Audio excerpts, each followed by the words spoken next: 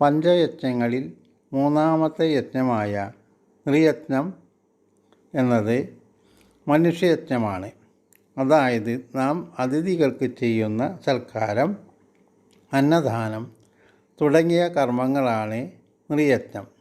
ആർക്കെങ്കിലും ഒരാൾക്കെങ്കിലും ഭക്ഷണം കൊടുത്തിട്ടേ ഉണ്ണാവൂ എന്നാണ് അതിനർത്ഥം.